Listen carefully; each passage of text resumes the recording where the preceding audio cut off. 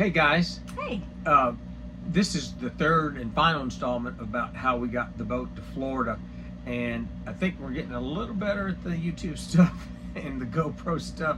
You may not think so, but it's been a little technical challenge here, and the biggest thing is not having great service. But again, we've got somebody right next to us in this marina that has Starlink, and it's wonderful for boaters. And Sandy's going home Tuesday. Next week, I'm coming back to Florida See to your see children. Sydney. Yes, I wish I could see Amber too. Well, and her dad Definitely, and my sisters. and her sisters, And my brother. and I'll be batching it by myself, but there'll be plenty to do.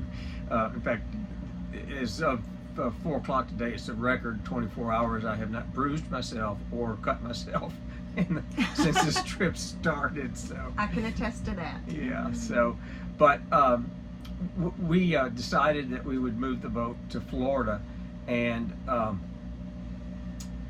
This is a really interesting story about how we got from Florence to Florida. yeah. So, I took the boat with a good friend of mine from Joe Wheeler, Bill. He helped me get it down to the Florence Harbor. And a quick sidebar of that, we're in this marina right now, and the boat across from us, the guy comes up to me and said, "Are you from Florence, Alabama?" And I said, "Yes, I am." And he said, "Well, I've been there." And I said, "Really?" And he said, "Yeah." He said, "We were doing the Great Loop, and we stayed at the Florence Harbor." And it's just incredible how small a world it is. And I hear these stories from people all up and down the dock, how they, a guy from New Zealand met another guy from New Zealand while he's cruising on sailboats. So the world's not as big as we all think it is, and you do meet the nicest people on the water. yes, you do. But Tell them that interesting story about how we got from Florence to Florida. You got well, to the yes. Florence Harbor Yeah. first. Yes. Well, let me back up a little bit too.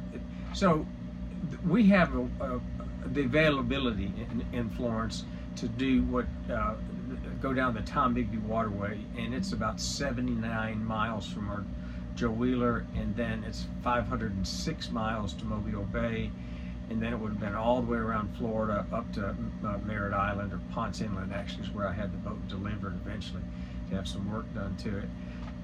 And there's a young man that I mentored and really think the world of, and he and I whiteboarded one day the pros and cons of taking it down the Tom Bigby Waterway or having it transported. And once I put it up on the whiteboard, it was pretty obvious that transporting it by truck was a better idea. But the clincher was another good friend of mine, Butch Gibson, and the bottom of the Tom Bigby Waterway is very isolated. And Butch just asked me one question. He said, "Tim," he said, "what's it going to cost to transport it?" And I told him, and he said, "Well, let me ask you this. If you were down at the bottom of the Tom Bigby Waterway and you had a problem, would you write that same check to have your boat already over at Ponce Inlet?" And I said, "Yeah, I would." So the choice was pretty easy to make. So, but you have to, it's like I said in the other video, there's a lot to it. Sailboats have masts and they have to come down. And I was very fortunate. I throw a plug out for Joel Transport because they're the ones that brought this boat to me. And I think they transport just about every island packet that's built. And so Sandy, Bill and I got the boat to Florence Harbor. And then Sandy and I motored down to Iuka and got the boat there. And then the next, over the weekend, we had to get a rigger come in and a crane, and they come and they take the mast down. They take everything that sticks up down, wrap it, pack it, get it ready to go, and then basically you just call the trucking company and they come get it, and they did a great job. And I wish I could give a shout out to the young guy who did it, but it was obvious he knew how to move an island packet. He looked at it, he set his truck up, and he just backed up to it, and you'll see that in the video. And he took really good care of the boat. The boat arrived without without any problem to a place called Ponce Inlet. Ponce Yeah. Inlet. And so I had retired, and they were doing some work for me there, and I would go down and I didn't supervise anybody, but I was trying to just do some of the things that I could do, and it was a hot summer. It really was. And Sandy came down. Well, I wanted to finish out the year at Florence High School, so I did, and finished in December. And I guess that's when right after Yeah. that, 1st of January or so is when But you came down in the summertime I too. came down Yeah. and visited. Yeah, and she helped do a lot of the work on the boat, and we were fortunate because if I can't remember hurricane names, but anyway, the first hurricane of the season was coming up the East Coast, and Ponce Inlet was right on the target for it. And since the boat had been delivered there, it was on the hard, and that means it was in the yard, and it was blocked up. And so that hurricane sort of went just a tad north of Ponce Inlet, but it was neat. The next day, NASA had flown around the world, taking pictures of hurricane damage, and I could see my boat, and I'll try to get Sandy to upload that picture that it survived that hurricane. And so then got everything done there. My friend Butch, as we mentioned before, he came down. He wanted to help me get the boat down to our home port, and so we set out to get to Merritt Island. Yeah, thanks. I'm trying to remember everything here.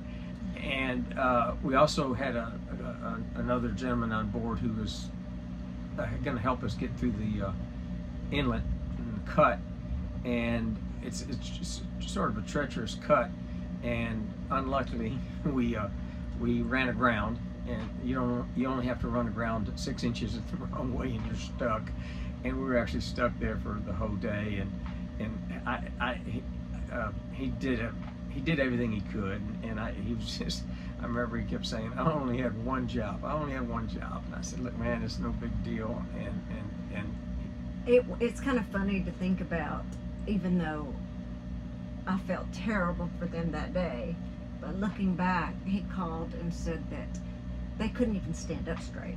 yeah, the boat was And this was like hard aground. 12 hours out there. It was 12 before the tide came back up, and then Mm. then we got towed off the sandbar. And anyway, long story short, got the boat down to Cape Crossing Marina, our home port now, and that's where we set sail from. And like I said, we'll try to add some transport video to this if I can, and that's all I know to say right now. Yeah. We're gonna go to dinner. You meet the nicest people on the water. Betty, the next to us, she's going to dinner with us, and another friend of hers, and then we'll move the boat Tuesday down to Georgetown, and Sandy will fly out. So On Wednesday. yeah, on Wednesday, and I can't wait. I'm going to miss you, but I can't wait to come back to Florence. and I can't wait for you to leave, because I'm going to rearrange everything on the boat and put it in a different place like she did me one day. So, yeah. I packed things away nicely. Well, tell me where the rest of the bowls are, because we only have 2. So anyway, guys, we're having a great time. Yeah, we are. Can't tell you how much we miss our friends. We're so thankful that you're following us. I think we have 65,000 followers now. I mean 65. I'm sorry. No, actually, no, 75. I think anyway. But it's not about that. It's just about you being part of our lives. Yeah. And we appreciate that so much. And we love you. We miss you. Fair winds and following seas to everyone else that's out there living their dream. Bye, guys. Bye from Dream Again. Yeah.